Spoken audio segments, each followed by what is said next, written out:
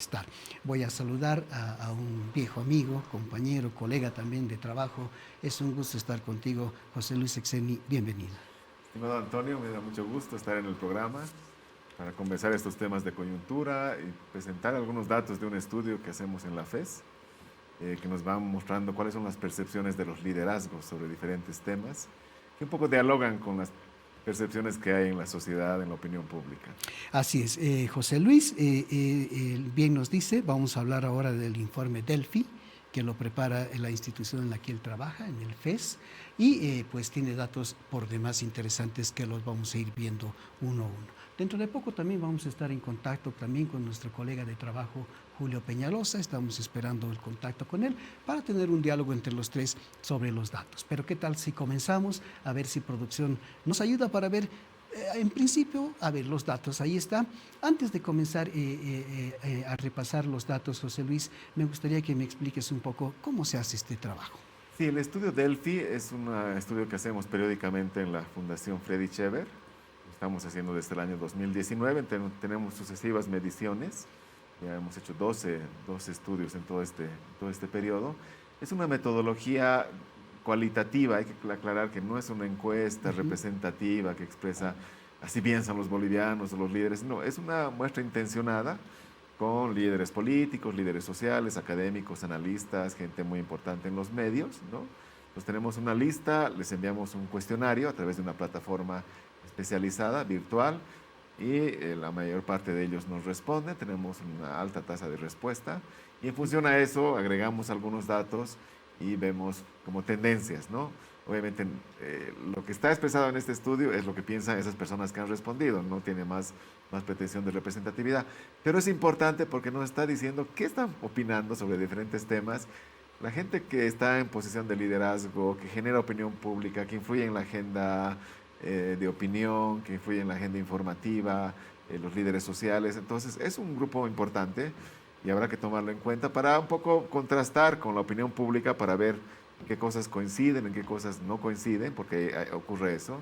Pero bueno, la cosa es tener como esta suerte de foto sobre diferentes temas que nos van ayudando también a reflexionar y a ver el rumbo del país.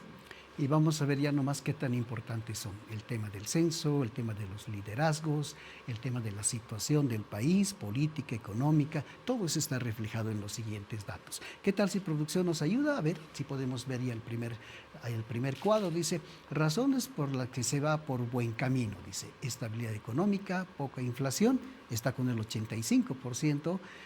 Hay otros datos también, estabilidad social y política, dice, no hay fuertes conflictos, 23%, reactivación económica más empleos, 46%, control de la pandemia y vacunación, 50%, reducción de la delincuencia, 0%, juicios, sentencias por hechos del 2019, 8,9%, no sabe, no responde, 0,0%.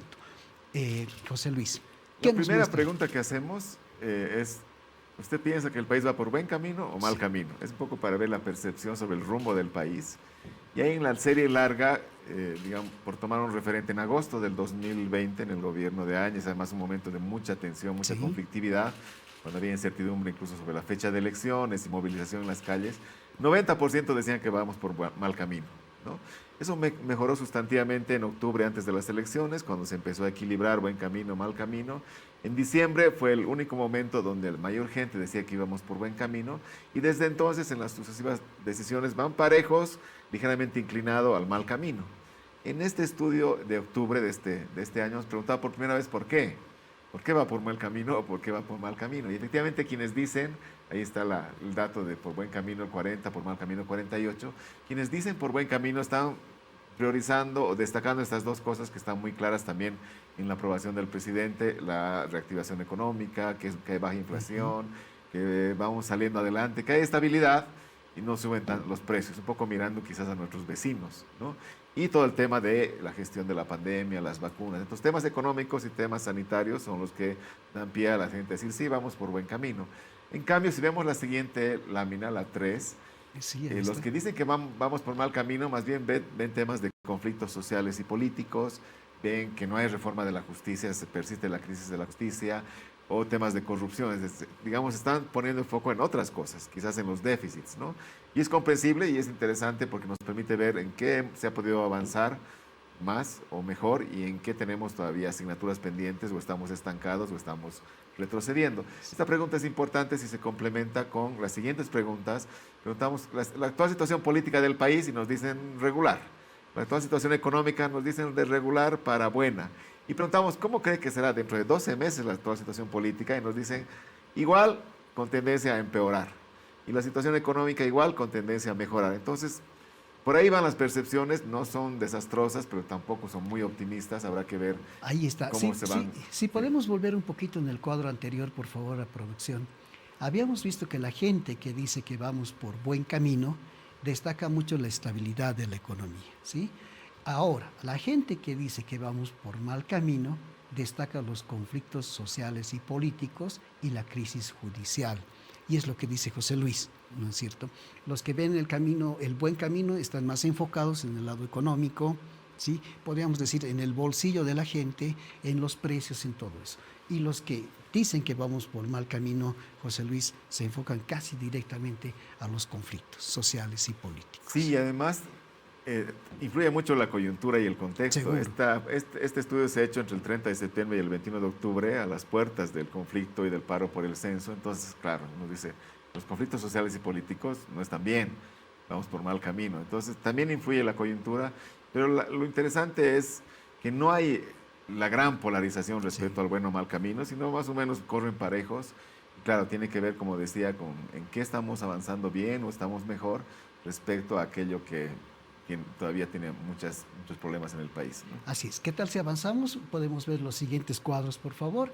¿Qué viene? Dice, situación política del país. Dice, muy buena, 0, buena, 15%, 15,9%, regular, 48,5%, mala, 24,29%, muy mala, 11,49%, no sabe, 0,0%. ¿Cómo podemos explicar esta Esto sensación? ya lo hemos comentado, tiene que ver con no solo decir vamos bien, vamos mal, sino ya específicamente cómo es la situación política. En general, la idea es de que es regular, ¿no? La situación económica mejora, la percepción es regular hacia buena y las perspectivas de futuro en la situación política es que va a empeorar dentro de 12 meses, entonces hay una visión más pesimista respecto a la política y más optimista respecto a la economía. Es muy coherente, muy a tono con que vamos bien por ahí, de que dentro de 12 meses vamos a estar igual o mejor, ¿no? Entonces creo que este contraste entre lo político y lo económico también es importante. Pero quizás este dato que se está viendo ahora es un dato importante y muy crítico. Hay mucha información ahí, quizás no se identifica. Hay mucha información, por eso te vamos a pedir que lo expliques un poco. Dice confianza institucional. ¿En quién confía más la gente y en quién no confía para nada? Aquí hay un dato muy crítico. En general, la tendencia es que cada vez hay menos confianza en las instituciones, o al revés, más desconfianza en las instituciones, y en todas. Si sacamos los organismos internacionales, dentro de los nacionales, no solo los 4 órganos del Estado tienen problemas de confianza. Por supuesto, nadie confía en el órgano judicial, confían menos en la Asamblea, un poquito más en el Tribunal Electoral y por ahí el gobierno central, ¿no? Entonces, los órganos del poder público tienen problemas de confianza, pero más allá del Estado, si vemos en comités cívicos, pacto de unidad, incluso medios de comunicación, ya está la Conferencia Episcopal Boliviana, están registrando niveles de desconfianza muy altos, que no había antes, ¿no? Ni hablemos de la policía y de las Fuerzas Armadas, que no tienen ninguna credibilidad ni confianza. Entonces, el dato crítico es que en general, y esto también lo hemos visto en una encuesta, es decir, en la opinión pública, en general hay una creciente desconfianza en las instituciones, lo cual es crítico porque se supone que el sustento de un Estado de Derecho son las instituciones, que esperamos instituciones sólidas, fuertes, autónomas, que no dependan de las personas, sino de las reglas, etcétera, etcétera. Y la percepción es negativa. Yo creo que esa es una señal naranja, roja, de que ahí hay un problema que tenemos que resolver. Que no es nuevo, por supuesto, lo hemos visto, pero ahora se está acentuando, entonces habrá que ver por qué. Y yo quisiera puntualizar, si volvemos por favor al cuadrito, no es por nada en particular, sino por el simple hecho de que hoy están otra vez en la escena. Estoy hablando de los comités cívicos, especialmente el de Santa Cruz. En La Paz también ya como que se está reactivando, Cochabamba, Potosí, en general los comités cívicos suelen aparecer solo en escenarios un poco conflictivos, no tienen una permanencia, digamos, frecuente, pero cuando aparecen, como en el caso de Santa Cruz, aparecen siempre en escenarios conflictivos. ¿Cómo califica ahí la gente a los comités cívicos? Aquí hay que precisar que este es un dato nacional, ¿no? Comités cívicos en general. Y claro, el dato de desconfianza es alto. 80% no confía en los comités cívicos, al igual que en los movimientos sociales, en el Pacto de Unidad. Pero me imagino que si desagregáramos, y no lo hacemos aquí porque no, como digo, no es una encuesta que nos permite desagregar por departamento, pero en encuestas sí vemos que hay departamentos como Santa Cruz, claramente, donde hay más confianza en su comité cívico, lo ven como su entidad que aglutina sus intereses y defiende los intereses del departamento. No ocurre así en otros departamentos donde los comités cívicos son casi inexistentes, ¿no? Entonces este dato nacional habrá que tomarlo así, con cuidado, que está expresando esta mirada general sobre los comités cívicos. Me imagino que si desagregamos por departamento habrán diferencias importantes, pero reitero, el dato es que hay alta desconfianza no solo en los órganos del poder público, sino también ya en las organizaciones de la sociedad civil y en entidades tan importantes. Hasta hace algunos años la Iglesia Católica y los medios de comunicación gozaban de mucha confianza, tenían mucha legitimidad. Hoy no, hoy están dentro del grupo con alta desconfianza y eso es crítico porque nos deja sin base sólida institucional y nos deja sin entidades a acudir en casos de conflicto como el actual. Incluso las organizaciones sociales están ahora. Sí, en este reporte que, reitero, es de liderazgos, hemos preguntado específicamente sobre el Pacto de Unidad, que aglutina a las 5 organizaciones sociales matrices, y la percepción es de alta desconfianza también. Así es. Vamos avanzando a ver si podemos ver los siguientes cuadritos. El análisis está interesante. Vamos a seguir con José Luis viendo. Otro cuadrito, José Luis dice, sensación respecto a los actores. Sí, ¿sí? Tenemos diferentes preguntas respecto a determinados o autoridades o líderes políticos.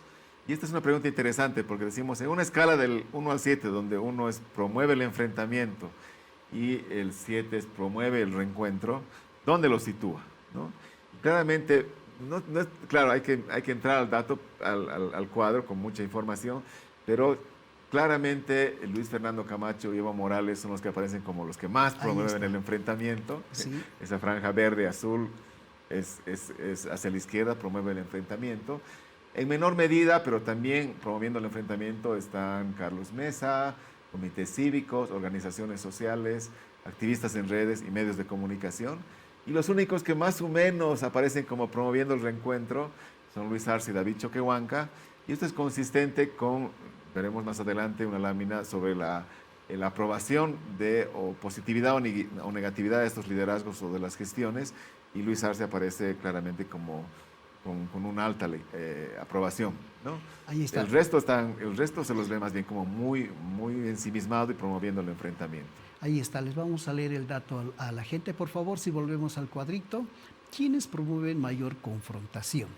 Luis Fernando Camacho tiene 67%, Evo Morales 60%. Son los dos personajes que, según el estudio, son los que promueven mayor confrontación.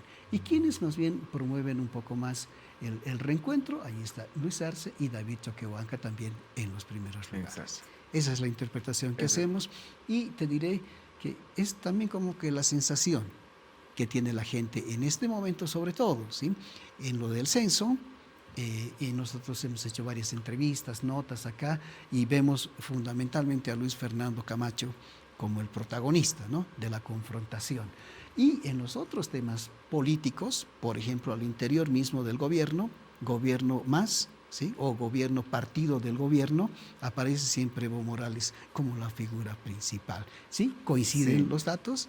Y esta sensación respecto a los actores que promueven el enfrentamiento está muy vinculada a los actores que polarizan. Exacto. ¿No? Camacho, Evo Morales, Arias son los que aparecen como los que más están polarizando y son los que más pierden.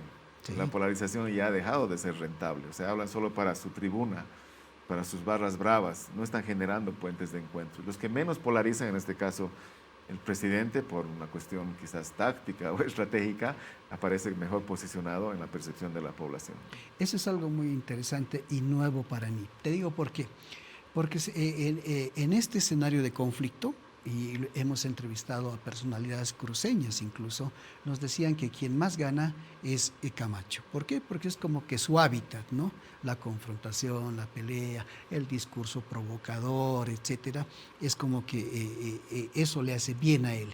Y en el caso de Evo Morales, lo propio, la presencia en los medios, la denuncia, etcétera, también como que lo convierten otra vez en figura, salta otra vez a la escena. Es así. Ganan, pero en sus nichos, o sea, ganan en sus territorios, en sus barras bravas, reitero, en sus fieles. No ganan en general en todo el país ni en toda la sociedad. Más bien yo creo que el dato es que hay una suerte de hastío respecto a esta lógica de polarizar y enfrentar por todo, y quienes más bien dan mensajes de acercamiento, de la necesidad de diálogo, de la necesidad de buscar acuerdos, esos son mejor percibidos, ¿no? Por supuesto, si te vas a los extremos, ahí sí refuerzan sus núcleos de poder y sus núcleos de apoyo, tanto Camacho como Evo Morales, pero no están teniendo apoyo más allá de sus dichos. Perfecto, entendido, José Luis. Vamos a los siguientes cuadritos, por favor. Todavía tenemos más para mostrarles. Paros cívicos y cabildo cruceño. Dice, según su criterio, los paros cívicos y el cabildo cruceño para realizar el censo del 2023 son medidas legítimas o responden a un afán de desestabilización. Ahí están los cuadros. Medidas legítimas, 29,6%. Afán de desestabilización, 39,4%. Ambas, 29,6%. José Luis, ¿cómo explicamos esto? En esta sección hemos hecho 5 preguntas, ¿no? Y reitero, la percepción de los liderazgos, no de la opinión pública, de los liderazgos. Una es esta, ¿no? El paro indefinido que hoy mismo está en Santa Cruz, hay la percepción mayoritaria de que tiene un afán de desestabilización más que de demanda legítima, ¿no? O ambas cosas a la vez, entonces ese es un dato. El otro dato es que la decisión del gobierno de postergar el censo hasta el 2024, preguntamos, ¿responde a razones técnicas, a razones políticas o ambas? Y la mayoría dice razones políticas, ¿no? Entonces a los dos lados están mostrando que hay un problema. Hay una razón política para postergar el censo, hay un afán de desestabilización para ahora intentar adelantarlo, ¿no? Y cuando preguntamos, el censo debería ser en junio del 2023, como dice el Comité Interinstitucional, o mayo, junio del 2024, como dice el gobierno, o ya está en un decreto, ahí están las cosas, están parejas, ¿no? Entonces es bastante coherente. Pero quizás dos datos interesantes y que incluimos en esta, preguntamos sobre el liderazgo de Santa Cruz, más allá del censo, ¿no? Decimos, Santa Cruz es poco influyente o el más influyente en una serie de temas, y aparece como el más influyente o con mucha influencia, por supuesto, en temas económicos. Asumimos que Santa Cruz es la locomotora de la economía del país, un polo de desarrollo, etcétera. Y también tiene mucha influencia en los medios de comunicación, sobre todo en televisión, ¿no? Su influencia es menor y a veces mucho menor si hablamos del gobierno nacional, de la política nacional y de los estilos de vida. Entonces hay un poquito para mirar Santa Cruz. Y lo otro, hay la conciencia de que hacia adelante la influencia, el protagonismo de Santa Cruz, su peso electoral sobre todo, va a ir en aumento, ¿no? Y eso tiene que ver, por supuesto, con datos poblacionales. Sabemos que luego del censo va a haber redistribución de escaños y Santa Cruz al menos ganará unos 3 escaños, ¿no? Es decir, va a ir aumentando su peso en términos de representación política. Esto en la realidad, José Luis, en los medios vemos, por ejemplo, lo comentábamos el otro día también con Rubén, mi colega de trabajo, hay ratos en los que vemos dos cosas. Uno, que el país ya está otra vez convulsionado, ¿sí? Que hay conflictos en Oruro, hay conflicto en Potosí, Santa Cruz, los bloqueos, La Paz, marchas, paro en Beni, etcétera, ¿no? Se quiere dar esa sensación de que el país ya está convulsionado. Y lo otro, de que todo el mundo ya apoya el censo en 2023, ¿sí? Esto sintoniza con los datos. ¿Qué tan fuerte es la influencia de Santa Cruz? ¿Qué tan fuerte es el mensaje que se quiere dar desde Santa Cruz? Yo creo que hay que ver la influencia de Santa Cruz también vinculada a este trabajo de sus operadores mediáticos, que sí son muy importantes, porque posesionan rápidamente una matriz de opinión, ¿no? Censo 2023, todos apoyan el censo. O Cabildo del 1,500,000, cuando en los datos vimos que eran 230,000, no era el 1,500,000, ¿no? Pero se posicionan estas ideas. Y efectivamente tiene que ver con el modo en que se construye la agenda informativa y la agenda de opinión, sobre todo en los medios de comunicación, a partir de los discursos de los liderazgos. Y ni hablemos de las redes sociales, donde circula mucha desinformación o muchos mensajes que van falseando o falsificando la realidad. No hemos hecho una pregunta específica o una sección específica sobre medios en este estudio de octubre. Lo hicimos en el anterior y ahí los datos eran muy preocupantes. Además de esa baja en la legitimidad y en la confianza en los medios, la gente percibe mayoritariamente que los medios informan en función a su propia agenda e intereses, no en función a, no sé, a la verdad o al bien común, sino a su propia agenda. Los medios están polarizados y desde esas trincheras contribuyen a polarizar a la sociedad. Esos son activos polarizadores. En general estoy hablando, ¿no? Por supuesto que hay diferencias y excepciones. Y lo otro es que los medios en general actúan más como actores políticos o partidos políticos que como medios, ¿no? O sea, han asumido un protagonismo más que de difusores, de operadores no solo mediáticos, sino políticos, ¿no? Entonces, por supuesto que la batalla en términos de un conflicto se resuelve también por la batalla en torno a las narrativas sobre ese conflicto y a cómo se van posicionando tanto la información como la opinión sobre determinados temas. Y ellos están contribuyendo de manera muy importante los medios. Se infla, José Luis, desde tu punto de vista, algunos hechos, algunas medias verdades se convierten en verdades. ¿Está ocurriendo esto en los medios? No sé si la palabra es inflar, yo creo que se sesgan los enfoques. Sí. Sabemos que los medios son parte de todo un proceso de la construcción de la información y de la opinión, ¿no? No es que de pronto aparece una noticia, sino hay un proceso de construcción, la construcción de la agenda. Y en ese proceso se van sesgando ciertas miradas, ciertos enfoques. En algunos casos, por la línea editorial del medio, o por su composición empresarial, o por la inclinación de los directores, editores. En otros casos yo creo que se lo hace ya con afán premeditado de desinformar, ¿no? Cuando ya hay un hecho, se murió una persona en Puerto Quijarro y la esposa dice, vinieron y lo golpearon hasta matarlo, pero aparece la hermana y dice, no, lo mandaron a morir, y la noticia dice, mandaron a morir sin poner la otra versión. Ahí estamos sesgando la información, ¿no? O algo que es muy crítico, lo hemos visto en la crisis del 2019 y lo venimos arrastrando hasta ahora, resulta que quienes bloquean son personas, son ciudadanos, son cívicos, y quienes están al otro lado son grupos de choque o son hordas. ¿Por qué no al revés? ¿Por qué no quienes están bloqueando son grupos de choque y son hordas y quienes tratan de desbloquear son ciudadanos o vecinos? Entonces hay una lógica de estigmatizar a algunos actores y descalificarlos, incluso de esta manera, a veces incluso quitándoles su condición de ciudadanía o de humanidad, versus cuidando y blindando a otros actores, dándoles legitimidad. Y esto lo hacen los medios todos los días, no todos, algunos medios lo hacen todos los días, y es riesgoso para la democracia, es riesgoso para la convivencia, para la integración social, porque están no solo atizando la polarización, sino generando o quebrando puentes de encuentro. Y eso es peligroso en el mediano y en el largo plazo. José Luis, avancemos. Tenemos otros cuadritos, por favor. Si producción nos ayuda, vamos a ir revisando los datos. Ahí está, dice, satisfacción con la democracia en Bolivia. ¿Sí? Muy satisfecho, 7,6%. Algo satisfecho, 43,9%. Poco satisfecho, 32,6%. Nada satisfecho, 15,2%. Ahí están los datos, José Luis. Expliquemos esto, por favor. Sí, hay una sección que hemos incluido en esta Delphi de octubre sobre la democracia, percepciones sobre la democracia, una batería de preguntas. La primera, que además se hace mucho en estos estudios de Latino Barómetro, donde se pregunta sobre cultura política, es, ¿usted está de acuerdo con, aprueba un gobierno democrático? En algunas circunstancias preferiría un gobierno autoritario o le es indiferente. La buena noticia es que el 90% de las personas que participaron en este estudio, por supuesto, siguen reafirmando la preferencia por un gobierno democrático, lo cual está muy bien, hay que celebrarlo. No es tan alto en la opinión pública.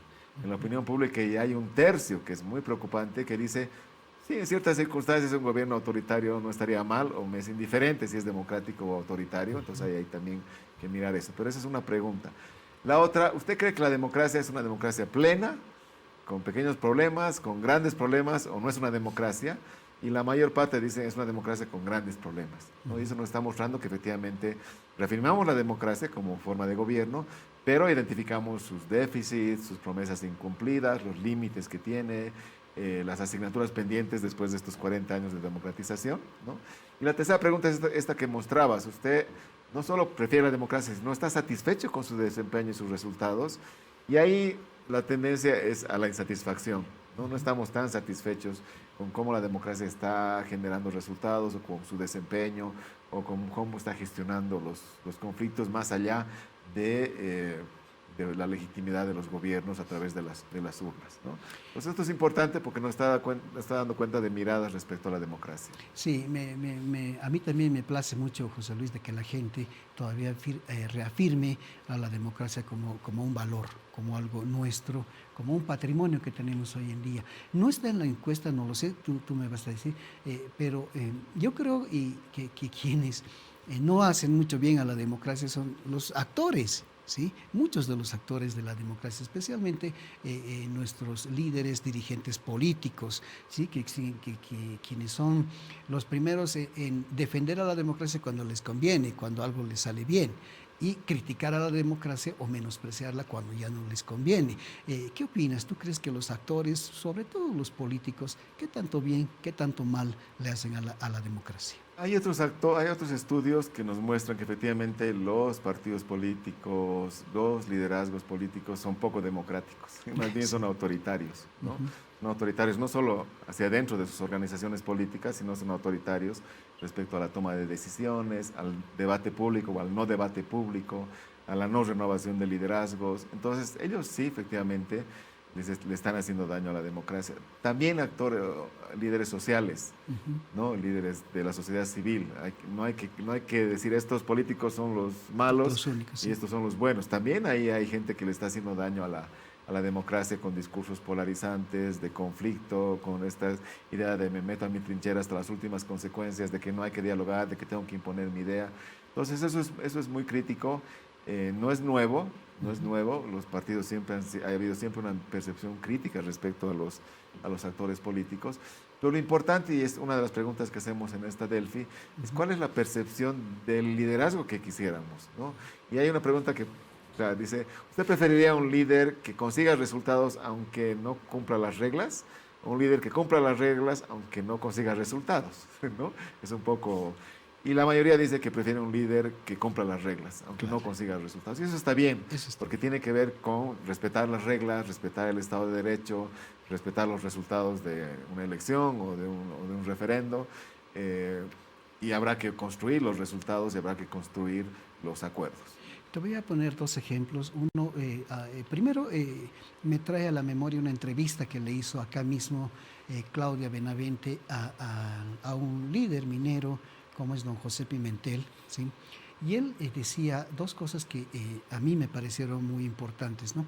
Uno decía sobre la democracia sindical que él ya no ve democracia sindical, decía que no sé cuántos años, no sé si 5 o 4, que la Federación de Mineros, por ejemplo, no convoca una asamblea, no se debaten los temas. Él decía, no hemos vuelto a discutir ningún otro tipo de norma. Lo mismo la Central Obrera, hace tiempo que no convoca una asamblea.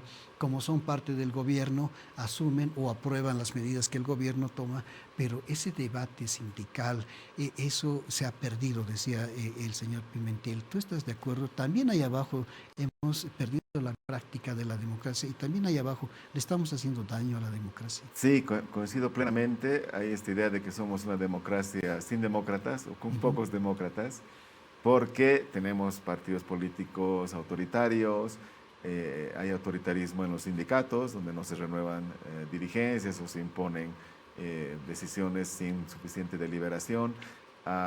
No hay democracia en la familia, no hay democracia en la iglesia puede ser muy vertical o muy autoritaria, lo mismo en la escuela, y ni hablemos de los comités cívicos, de las organizaciones sociales.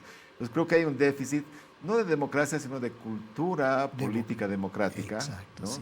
O sea, preferimos el conflicto, el enfrentamiento, la imposición, el autoritarismo, el caudillismo, que renovar liderazgos, construir acuerdos, trazar caminos concertados, que siempre es más difícil, pero eso es lo que hay que hacer en democracia. No estoy diciendo que democracia es igual diálogo y acuerdo. Democracia también es conflicto, por supuesto, también es lucha por el poder.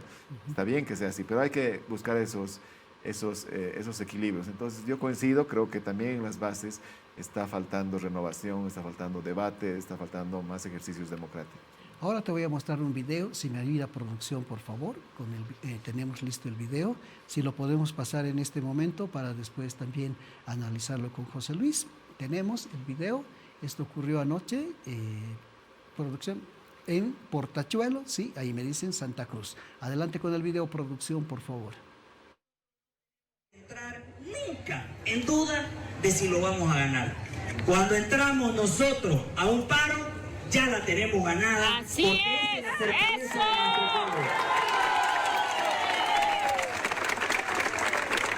Esa lucha por la que ustedes están sudando de día, están de noche, no va a ser a saco roto.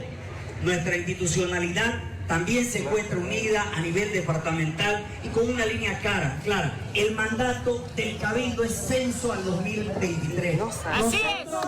Podemos sentarnos las veces que quieran a dialogar sobre la base del censo del 2023, porque ese fue nuestro mandato durante un cabildo. Quienes piensan que 2 o 3 personas pueden sentarse a negociar algo fuera de un cabildo, está equivocado. Nosotros somos respetuosos de lo que hubo ese mandato y lo vamos a seguir respetando. Por eso es que quiero agradecerles, porque la victoria no es de 2 o 3 personas ni del comité interinstitucional, es de ustedes que están en esa calle, que están luchando por lo que nos corresponde. Ahí está José Luis. ¿Qué me dices de este discurso? ¿Qué tanto ayuda a la democracia o qué tanto perjudica a la democracia? A ver, yo diría 3 cosas sobre estas palabras del gobernador de Santa Cruz. Primero, no creo que el paro sea una victoria. Yo creo que ir a una medida como un paro indefinido o un bloqueo de caminos o una huelga de hambre es la derrota de la política. Es porque no se pudo construir un acuerdo y como no hay acuerdo nos vamos a una medida extrema de presión, como es un paro indefinido con el altísimo costo que implica. Entonces no creo que sea una victoria en sí misma haber tenido un paro, es una derrota, ¿no? Ahora, cómo se salga de ese paro es otra cosa, primera cosa. Segunda cosa, me parece bien que se tomen en cuenta los mandatos de la ciudadanía, de un cabildo, de una asamblea, pero no tienen por qué ser inamovibles. Si yo digo, el mandato del cabildo es este, y no importa las mesas de negociación que pueda haber, este es el mandato, ya deja de ser un instrumento de negociación para convertirse en una imposición, y una imposición vertical y autoritaria. O sea, si yo digo censo el 2023, sí o sí, aunque me demuestren técnicamente que no es posible hacerlo, ahí hay un problema, ¿no? Yo creo que hay que tomar en cuenta eso. ¿Qué tal si hay un cabildo en el alto de 1 millón de personas que dicen censo el 2030? Y ese es nuestro mandato y no lo movemos. El gobierno tiene que cumplir ese mandato o tendrá que negociar en base a razones políticas, por supuesto, pero sobre todo razones técnicas, ¿no? Y lo tercero, no lo dice en su discurso, pero estaba ahí en la imagen, me parece muy saludable y hay que apreciar que el gobernador haya decidido ir a la reunión el viernes en Cochabamba, porque tiene que estar ahí donde se va a debatir y se va a decidir. Ojalá, y lo digo ojalá como boliviano, ojalá que el viernes en esa reunión haya un gran acuerdo entre el presidente, gobernadores, alcaldes, rectores, organizaciones, comités cívicos, un gran acuerdo para decir, no sé si la fecha, pero estas son las condiciones para hacer un censo de calidad. Habrá que definir técnicamente la mejor fecha para que eso ocurra y pacifiquemos el país. Y bueno, ojalá el viernes en la noche o el sábado hay otro cabildo que suspenda el paro indefinido.